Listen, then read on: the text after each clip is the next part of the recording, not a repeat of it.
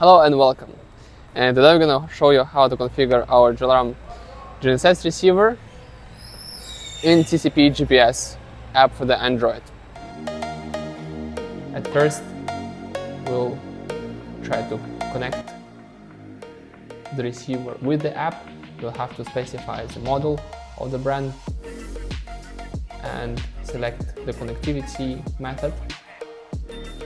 Once the brand and name are selected, we search for the available Bluetooth devices and select the GLRM GNSS receiver and press connect. Once it's connected, you'll have a short notification saying you the software status, serial number, and a short update in the top right corner of the app. Here we can also try to configure the satellite, and if you proceed to the next tab, you'll see the satellite configurations and constellations, and we can switch off the certain constellations which are not needed for the survey and see the adjusted satellite constellation map.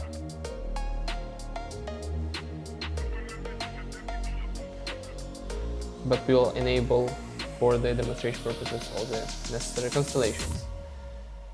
Once the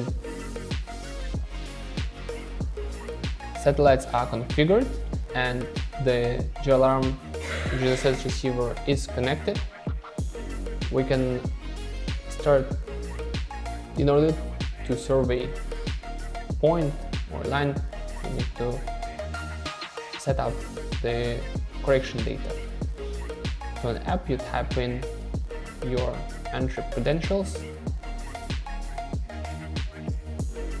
and if it's configured correctly, then you should receive an updated status that you received the correction data, and the solution in the top right corner should be changed.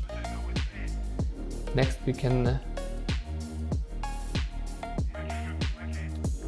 configure the tilt compensation directly in the app, and this is how you set up the GLRM receiver in tcpGPS app. Thank you for watching.